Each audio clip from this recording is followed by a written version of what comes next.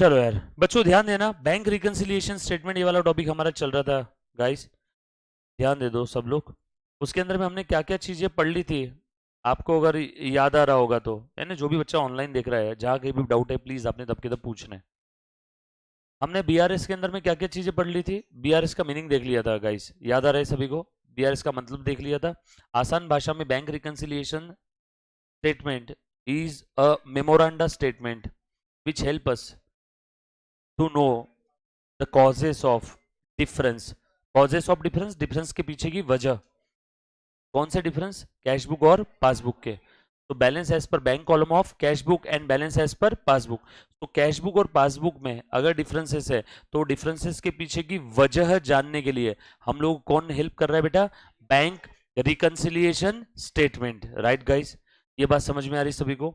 और BRS prepare करने के लिए सिंपल सी 3 स्टेप है। स्टेप नंबर 1, कैश बुक और पासबुक इक्वल लेवल पे ऐसा सोचना है। स्टेप नंबर 2, न्यू पोजीशन पे आना है कैश बुक और पासबुक के, है ना? जैसे मान लो cheque received but not cleared, आ गया new position. Starting point cash book है लेस, इसी में अगर स्टार्टिंग पॉइंट पासबुक है ऐड। मान लो चेक इशूड एंड क्लियर्ड, ये आएगा ही नहीं बीआरएस में। उसके बाद मान लो cheque issued but not cleared, starting point cash book है ऐड, स्टार्टिंग पॉइंट पासबुक है लेस। उसके बाद बैंक वालों ने चार्जेस लगा दिए, पासबुक नीचे हो गया।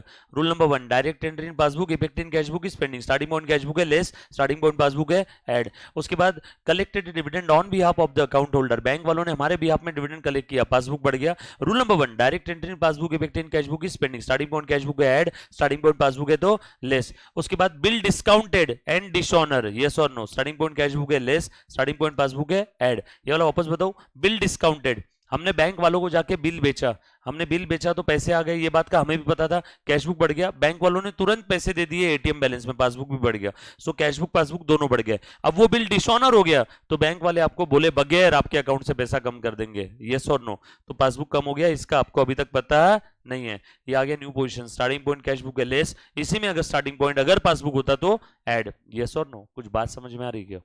ये जितने ट्रांजेक्शन मैंने आपको बताया समझने के लिए आपको 2-3 दिन लग गए थे, कितने सेकंड में आपने वापस रिवाइज किया इसको?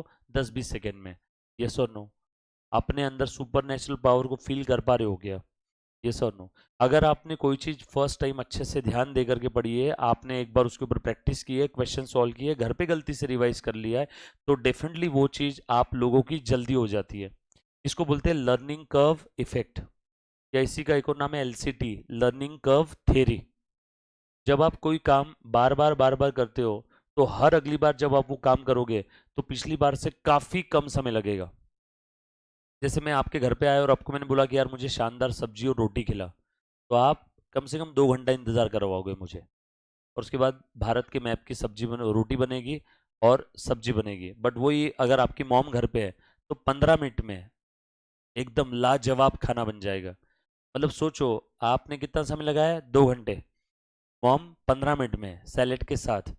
क्यों ऐसा हुआ? क्योंकि आपकी मॉम वो ही काम बार बार कर रही है। जब आप एक ही काम बार बार करते हो तो हर अगली बार जब आप काम करोगे तो पिछली बार से समय कम लगेगा और क्वालिटी इंप्रूव होगी। इसको बोलते हैं लर्निंग कर्व थ्योरी। इसीलिए मैं एक ही टाइप के कॉन्सेप्ट के बार बार आपसे प्रॉब्लम सॉल्व करवा रहा हूं, ताकि एग्जाम के अंदर में जो चीज आपने यहाँ पे सॉल्व करने के लिए 15-20 मिनट लगाए, एग्जाम में आप 5 मिनट में उसको सॉल्व करोगे। क्योंकि आपका जो पेपर रहेगा 3 घंटे में आपको पेपर कंप्लीट करना है। ऐसा समझो, ऐसा समझो कि 4 घंटे का पेपर आपको कितने घंटे में लिखना है? 3 घंटे में। ऐसा पेपर जो एक एवरेज बच्चा 4 घंटे में लिख सकता है, आपको कितने घंटे में खत्म करना है? 3 घंटे में। पेपर लेंथी होता है अकाउंट का, टफ नहीं होता है। क्या होता है? लेंथी होता है, टफ नहीं होता है बिल्कुल भी। अगर मैं वही पेपर के लिए आपको 4 घंटे दे दूं तो हर एक बच्चा 100 में 100 नंबर का लिख के आएगा, बट आपको कितने घंटे में खत्म करना है? अनफॉर्चुनेटली 3 घंटे में। यस और नो? कुछ बात समझ में आ रही? तो आपको आपकी स्पीड बढ़ानी होगी क्या? और स्पीड बढ़ाना है तो लर्निंग कर्व थ्योरी के हिसाब से काम करना होगा क्या? तो एक ही काम आपको बार बार करना होगा। काफी बार मैं देखता हूँ बच्चों को कॉन्सेप्ट समझ में आने के बाद वो बच्चे आलस कर जाते हैं, सर अब बार बार एक ही चीज मत करवाओ। और वो बच्चा कब उसकी आंख खुलती है? एग्जाम्स हॉल के अंदर में। अरे यार मुझे टाइम लग रहा है, मेरे फ्रेंड ने सप्लीमेंट भी ले लिया, 2 ले लिया, मेरा पेपर ही खत्म नहीं हुआ। इसीलिए देखो कुछ बच्चे 70-80 नंबर का पेपर लिख के आते हैं, कुछ बच्चे 100 नंबर का लिख के आते हैं, और कुछ बच्चे 110 नंबर का लिख के आते हैं ऑप्शन के साथ। समय उतना ही था। ये ऐसे कैसे हुआ? जो बच्चे ने 70-80 नंबर का लिखा उसने टेस्ट सीरीज दिया नहीं, उसने समय समय पे प्रैक्टिस किया नहीं, उसने घर पे खुद से होकर प्रॉब्लम सॉल्व किए नहीं, लर्निंग का थ्योरी वहां भी काम कर रही है। और जो बच्चे ने 110 120 नंबर का पेपर लिखा, सोचो उसकी स्पीड क्या होगी। मतलब उसको सोचने की जरूरत ही नहीं है, क्वेश्चन पढ़ा, इतने सारे क्वेश्चन प्रैक्टिस किए थे, उसी में से क्वेश्चन पेपर में आ गए। यस और नो? जब आप बहुत सारे क्वेश्चन प्रैक्टिस करते हो तो प्रोबेबिलिटी बढ़ जाती है कि उसी में से आपका एग्जाम के अंदर में आपके क्वेश्चंस आ जाए एज इट इज। यस और नो? तो आप फटाफट फटाफट सॉल्व कर लेते हो। बस आपको आपके हाथ को ऑर्डर देने की जरूरत है। और जो बच्चे प्रैक्टिस ज्यादा नहीं करते, वो पेपर सोच सोच के लिखते हैं, फिर धीरे धीरे लिखते हैं, फिर रुकते, फिर मिटाते, फिर खोड़ते, फिर वापस लिखते, कुछ तो करते रहते पेपर में। यस और नो? और टेंशन रहता है उनके चेहरे पे। और जो बच्चा मेरिट होल्डर रहता है, यस और नो, वो कैसा करता है? फटाफट से। अच्छा, पुराने वाले रिजल्ट से कोई लेन देन नहीं है, तो चीज़ आपको सभी को क्लियर होगी ना। आपका इसके पहले का रिजल्ट कुछ भी हो, भले ही आपने 12th 12 बार में पास किया होगा, यस और नो, बट अगर आप यहाँ पे अच्छे से पढ़ाई कर रहे हो तो आप लोगों की सारी चीज़ें आराम से क्लियर होगी। प्रीवियस रिजल्ट का अभी के साथ कोई कनेक्शन नहीं है, क्योंकि हर चीज़ हमने कहाँ से देखी? जीरो से। Past is past, never again in future. जब आपकी शादी होगी ना, तब आप ये डायलॉग बोलने वाले हो आपके स्पाउस को। स्पाउस समझते हो? स्पाउस, स्पाउस, लड़का है तो उसकी वाइफ, लड़की है तो उसका हस्बैंड। यही है ना हाल फिलहाल तक तो अभी, है ना? तो आप आपके स्पाउस को बोलोगे, देख जानो, आज तक जो था वो था, यहाँ से आगे बस तू ही मेरी जानो। यस और no? Past is past, never again in future. तो प्रीवियस रिजल्ट को भूल जाना और यहाँ से अच्छे से मेहनत करना है। डन? आ जाओ। अब देखो, हमने बीआरएस के अंदर में कुछ चीजें पढ़ी थी, आपको अगर याद आ रहा होगा तो। जैसे मैं आपको बता रहा हूँ, मैं चाहूंगा कि सब लोग लिखेंगे बेटा, ये सारी चीजें लिखो। जैसे आपने इसके पहले क्या पढ़ा था, बताओ तो जरा मुझे। आपने इसके पहले पढ़ा था, जैसे कैश बुक बैलेंस आप लोगों को दिया हुआ है। हेडिंग के लिए जगह छोड़ देना ऊपर 2 लाइन की।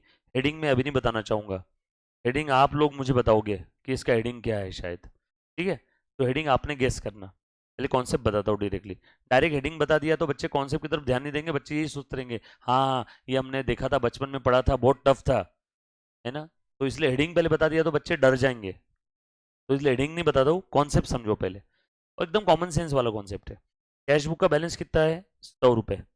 उसके बाद check issued but not cleared, ये कितना है? 20। बरोबर है? पासबुक का बैलेंस है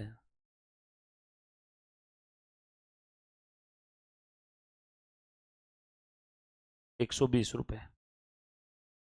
पासबुक का बैलेंस कितना है? 120।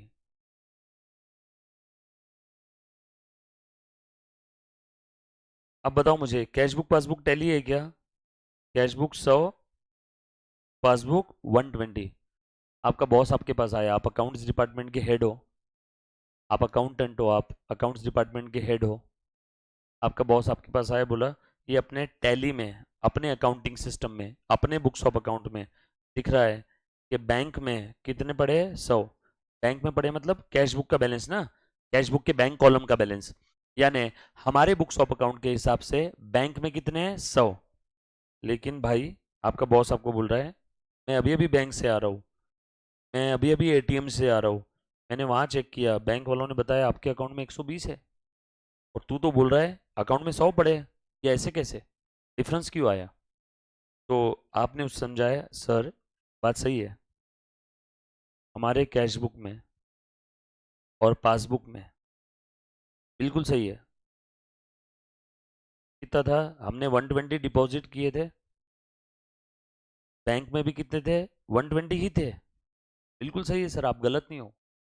लेकिन अभी अभी एक थोड़ी देर पहले मैंने चेक इशू किया, चेक कितने का इशू किया? 20 रुपए का।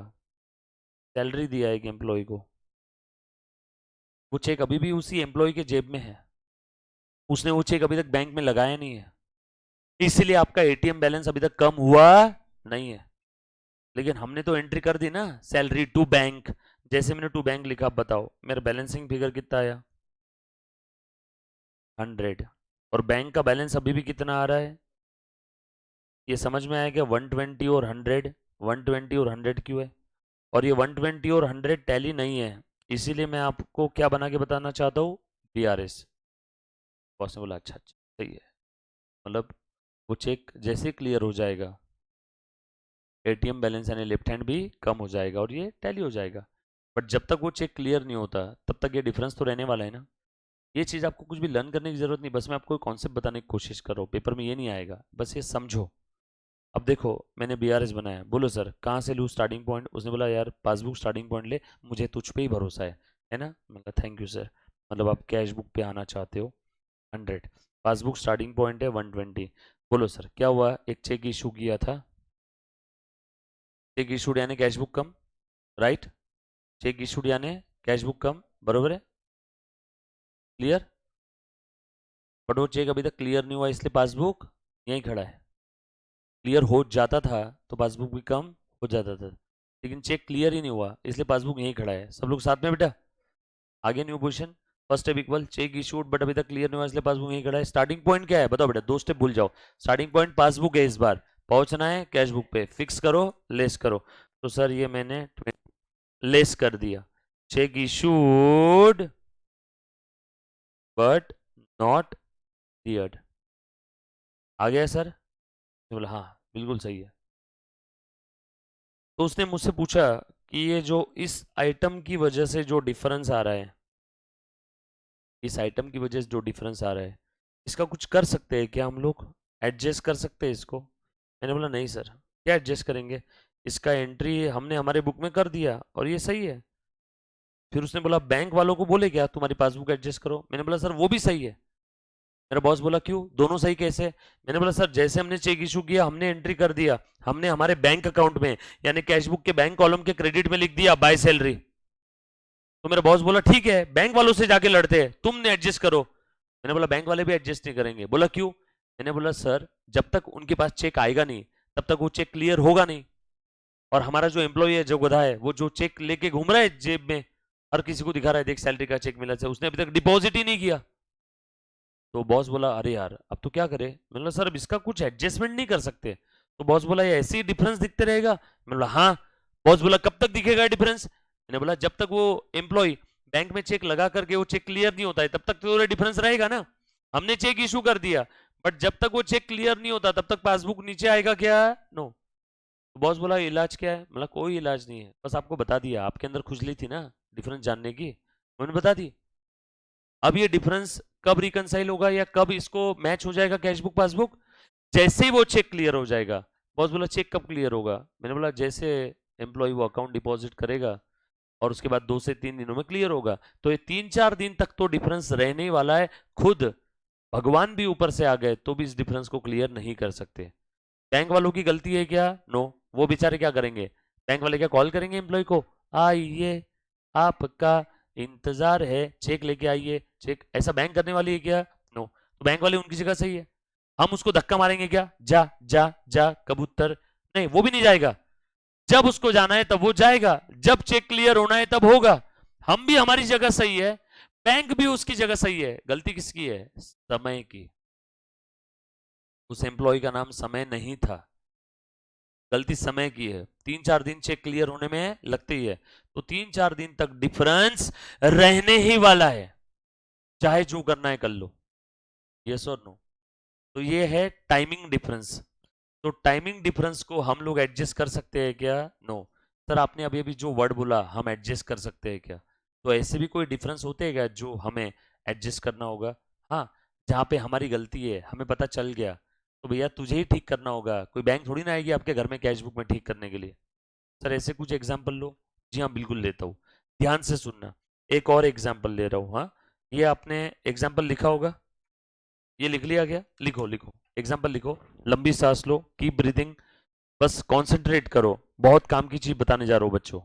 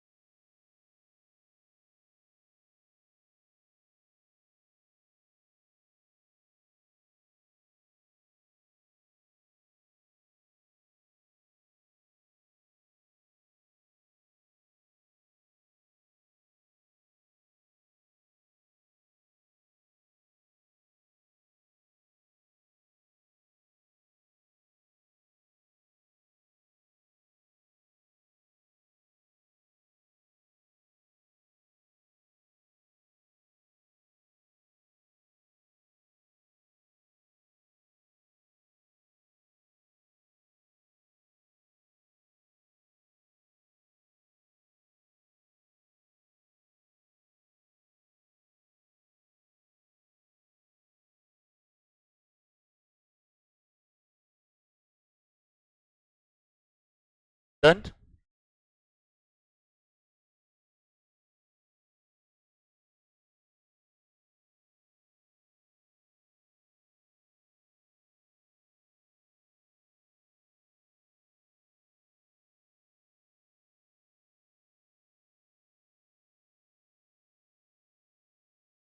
चलो आगे बढ़े क्या हम लोग? प्लीज ध्यान देना बेटा। चलो देखो, एक और एग्जाम्पल।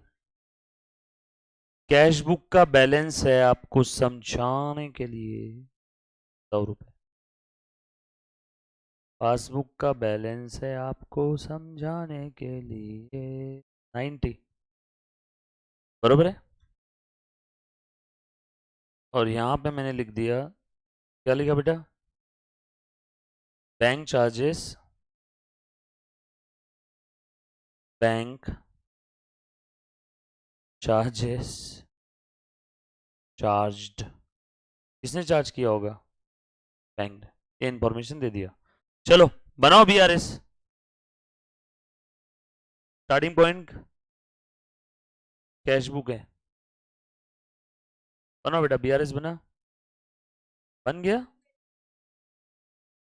बना किधर, बुक में किधर है ये बता। बन गया?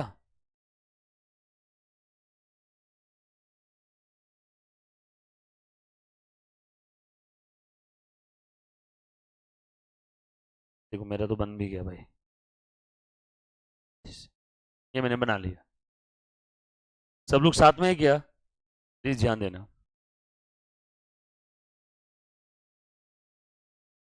ये इनविजिबल हो गया है थोड़ा सा।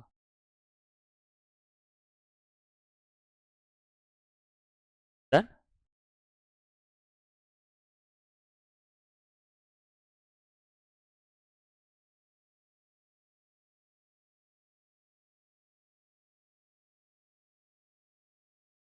सो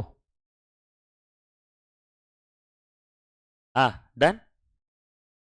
चलो ध्यान देना बेटा सब लोग। अब देखो क्या हुआ यहाँ पे। मेरे बुक्स ऑफ अकाउंट के हिसाब से बैंक में कितने पैसे पड़े थे। अब सब लोगों को फुल कंसंट्रेट करना होगा आने वाले सिर्फ 3 मिनट तक। उसके बाद फिर मैं आपको थोड़ी देर के लिए रिलैक्स कर दूंगा। बट आने वाले 3-4 मिनट प्लीज ध्यान दो अच्छे से। मेरे हिसाब से बैंक में कितना बैलेंस था? 100। एक्चुअल में जब मैं एटीएम बैलेंस में जाकर के चेक करने लगा तो कितना था? 90 रुपए। 10 का डिफरेंस था। ठीक है। तो ये डिफरेंस जानने के लिए मैंने बैंक रिकंसिलिएशन स्टेटमेंट बना लिया। और मुझे पता चला कि बैंक वालों ने चार्जेस लगाए हैं कितने? 10 के। सही भी था उनका, गलत नहीं था। हो सकता है मेरा मिनिमम बैलेंस के नीचे बैलेंस चला गया होगा।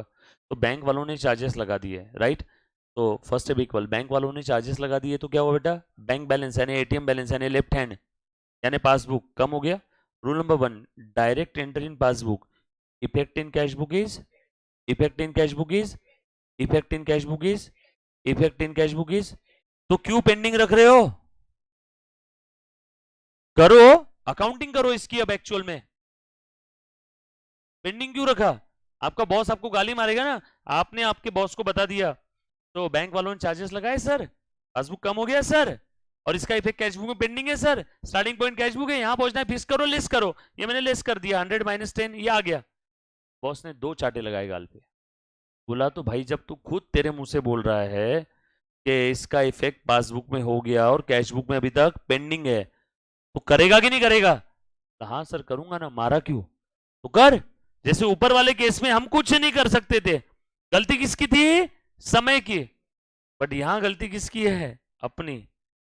बैंक वालों ने तो चार्जेस की एंट्री पासबुक में कर दी, बट इस चार्जेस की एंट्री अभी तक हमारे कैशबुक में हुई है क्या? मतलब कोई तो एक ऐसा ट्रांजैक्शन है जिसका एंट्री पासबुक में हो गया, कैशबुक में होना बाकी है, इसीलिए डिफरेंस आए ना।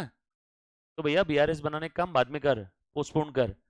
पहले तेरे कैशबुक को एडजस्ट कर, अपडेट कर, अमेंड कर, कंप्लीट कर। तो इसलिए फिर मैंने बीआरएस बनाने का काम कैंसिल किया। मतलब चूल्हे में गया बीआरएस। बॉस हर बात पे गाली मारता है साला। ये लो, बॉस ने बोला, तू खुद बोला ना, direct entry in passbook, effect in cash book is pending. तो क्यों पेंडिंग, करेगा नहीं क्या? मतलब हाँ सर करना तो पड़ेगा। तो बहुत घाई मच रही है बीआरएस बनाने की। एक काम कर, बीआरएस बनाने का काम बाद में करना। पहले क्या कर, तू तेरे कैशबुक को अपडेट कर, एडजस्ट कर ले। जब खुद तू तेरे मुंह से बोल रहा है कि इसका इफेक्ट कैश बुक में पेंडिंग है, तो करो ना, करते क्यों नहीं? ये लो अभी मैं कर देता हूं। तो मैंने मेरा कैश बुक ओपन किया, क्या नाम है उसका? Adjusted cash book. Sir cash book ही बोलो ना। नो, इस बार मैं मेरे कैश बुक को क्या कर रहा हूं? एडजस्ट कर रहा हूं। कौन से आइटम से एडजस्ट कर रहा हूं? वो आइटम से एडजस्ट कर रहा हूं जिसका इफेक्ट कैश बुक में होना चाहिए था, बट नहीं हुआ। करोगे नहीं करोगे? कि बैंक का इंतजार करोगे? बैंक आपके घर पे आएगी और कैश बुक को एडजस्ट करेगी? नो, ये आपकी जिम्मेदारी है। तो मतलब ठीक है यार, बीआरएस बनाने का काम पोस्टपोन, नहीं बनाएंगे बीआरएस, पहले एडजस्ट करते हैं ये वाला आइटम। बोलो कैश बुक का बैलेंस कितना था? 100 प्लस बैलेंस था, मतलब डेबिट बैलेंस था। डेबिट बैलेंस है तो कहां पे लिखो? ओपनिंग बैलेंस, डेबिट साइड में ओपनिंग बैलेंस यहां पे लिख दिया। कितना था? 100 ओपनिंग बैलेंस, या सिर्फ बैलेंस भी लिख दिया? Balance brought down, balance brought down लिख दिया मैंने 100। और अब बताओ इसको एडजस्ट करूं क्या? यस। कितना था? 10 रुपए। बैंक वालों ने चार्जेस लगा दिए, उन्होंने पासबुक को तो कम कर दिया और सही किया। जो सही है वो मुझे भी फॉलो करना होगा। तो बताओ बैंक चार्जेस की जर्नल एंट्री क्या होगी? बैंक चार्जेस से खर्चा है, खर्चे का डेबिट बैलेंस, खर्चा बढ़ता है तो डेबिट करो। तो bank charges account debit, bank charges account debit to bank account. चलो इसका पोस्टिंग करो, बैंक के क्रेडिट में बाय बैंक चार्जेस। कर दिया मैंने, अकाउंटिंग खत्म। पेंडिंग थी ना, मैंने मेरे कैश बुक को अपडेट कर दिया। अब निकालो बैलेंस कितना आ रहा है, और अब ये बैलेंस यहां लिखो 90 90 90 टैली। अब बताओ बीआरएस में ये पॉइंट लेने की जरूरत है क्या? गावरान भाषा में एक रूल बताओ क्या? जो पॉइंट एडजस्टेड कैश बुक में आ गया वो फिर से बीआरएस में नहीं आएगा। ये वाला पॉइंट एडजस्टेड कैश बुक में आ गया ना, जैसे ही कोई पॉइंट एडजस्टेड कैश बुक में आ जाता है उससे रिलेटेड डिफरेंस निकल जाता है, तो फिर से उसे बीआरएस में लिखने की जरूरत नहीं। देखो मेरे कैश बुक का बैलेंस कितना आया? 90। कौन सा बैलेंस था? डेबिट साइड की टोटल ज्यादा थी, इसलिए इस बैलेंस का नाम क्या है? Debit balance. और ये डेबिट बैलेंस प्लस बैलेंस, और पासबुक का भी कितना है? 90। तो बीआरएस का काम ही नहीं। यानी जो पॉइंट एडजस्टेड कैश बुक में आ गया मतलब उससे रिलेटेड डिफरेंस हमने रिकंसाइल कर दिया एक्चुअल में अकाउंटिंग करके। यस और नो? सर हमें कैसे समझेगा कब एडजस्टेड कैश बुक बनाना और कब नहीं बनाना? क्वेश्चन से, क्वेश्चन में लिखा रहेगा ना अलग से। हाँ, क्वेश्चन में ऐसा बोला रहेगा, you have to prepare adjusted cash book then BRS prepare करो। यस और नो? तो पहले आपने एडजस्टेड कैश बुक बनाना है और उसके बाद भी अगर डिफरेंस है तो क्या बनाना है? बीआरएस। यस और नो? कैसे बनाना है, क्या बनाना है, मैं सब बताऊंगा। 5-7% समझ में आया ना जो बताया अभी? More than sufficient. ये बात समझ में आई? अब आपके मन में सवाल आ रहा होगा, सर ऊपर वाला आपने एग्जाम्पल लिया, इस केस में आपने बोला कि ये आइटम एडजस्टेड कैश बुक में नहीं आएगा। चेक इशूड, हमने कैश बुक तो कम कर दिया बट वो चेक अभी तक क्लियर ही नहीं हुआ, तो पासबुक कम नहीं हुआ, डिफरेंस था। बट ये वाला आइटम चेक इशूड, ये आपने एडजस्टेड कैश बुक में क्यों नहीं लिया? और नीचे वाला आइटम आपने bank charges adjusted cash book में ले लिया। तो क्या सर आप हमें ये बता सकते हो क्या एडजस्टेड कैश बुक में कौन से आइटम आते हैं कौन से नहीं आते? बिल्कुल। एडजस्टेड कैश बुक में कौन से आइटम आएंगे, एक सेंटेंस में पहले गावरन तरीके से बताता हूं, ध्यान से सुनना। ऐसे आइटम जो आपके कैश बुक में आने चाहिए थे बट नहीं आए, अब ले लो, वो सब एडजस्टेड कैश बुक में आ जाएंगे। ऊपर वाले केस में ये तो ऑलरेडी कैश बुक में आ गया था ना, तो फिर से और एडजस्टेड कैश बुक में एडजस्ट करूं क्या? इसलिए ऊपर वाला आइटम एडजस्टेड कैश बुक में नहीं आया। बट नीचे वाला आइटम ये देखो, ये बैंक चार्जेस, इसका इफेक्ट कहां हुआ था? सिर्फ और सिर्फ पासबुक में। इसका इफेक्ट कैश बुक में हुआ था क्या? नो। होना चाहिए था क्या? यस, होना चाहिए था बट नहीं हुआ, इसीलिए मैंने एडजस्टेड कैश बुक में लिया। सो एक सेंटेंस में जवाब दे रहा हूं, एडजस्टेड कैश बुक में कौन कौन से आइटम आने चाहिए। वो सारे आइटम जो कैश बुक में आने चाहिए थे बट आपने किसी कारणवश नहीं लिए, मे बी आपसे छूट गया, मे बी आपसे गलती हो गई, मे बी आपसे छूट गया, या मे बी आपसे गलती हो गई, तो सारे आइटम कहां पे आएंगे? Adjusted cash book. तो एक सेंटेंस में एडजस्टेड कैश बुक में कौन कौन से आइटम्स आते हैं? एरर्स और ओमिशन इन कैश बुक। सर बैंक वालों ने पासबुक में कोई गलती की तो वो एडजस्टेड कैश बुक में आएगा क्या? नो। बैंक वालों ने अगर कोई गलती की तो वो गलती कहां सुधारेंगे? वो पासबुक में। उसकी गलती हम हमारे कैश बुक में सुधार तो भी सकते हैं क्या? यस और नो? आपके भाई या बहन ने कोई गलती की तो वो गलती आप आपके जीवन में सुधार सकते हो क्या? आप अगर कुछ एक्ट करोगे तो वो गलती सुधरेगी क्या? उसकी गलती उसे ही सुधारनी होगी। कुछ बात समझ में आ रही है क्या? तो पासबुक में अगर कोई एरर या ओमिशन होता है तो वो गलती कौन सुधारेगा? बैंक। वो गलती हमारे एडजस्टेड कैश बुक में नहीं आएगी। अगर हमसे कोई एरर या ओमिशन हुआ तो वो ही आइटम कहां पे आएंगे? एडजस्टेड कैश बुक में। Common sense. तो एडजस्टेड कैश बुक में कौन से आइटम आएंगे? जो आइटम कैश बुक में आने चाहिए थे बट नहीं आए, आने चाहिए थे बट नहीं आए, तो वो सब कहां पे आ जाएंगे? एडजस्टेड कैश बुक में। तो हम लोग एडजस्टेड कैश बुक बनाएंगे और उसके बाद भी अगर डिफरेंस है तो क्या बनाएंगे? DRS। बात समझ में आ रही? पक्की बात? यस और नो? यहां तक किसी भी बच्चे को प्रकार का भी डाउट है, feel free, ask kind of doubt. Clear? तो ये वाला एग्जाम्पल भी लिख लो, दूसरा वाला है ना, फटाफट से लिखेंगे इस सब लोग।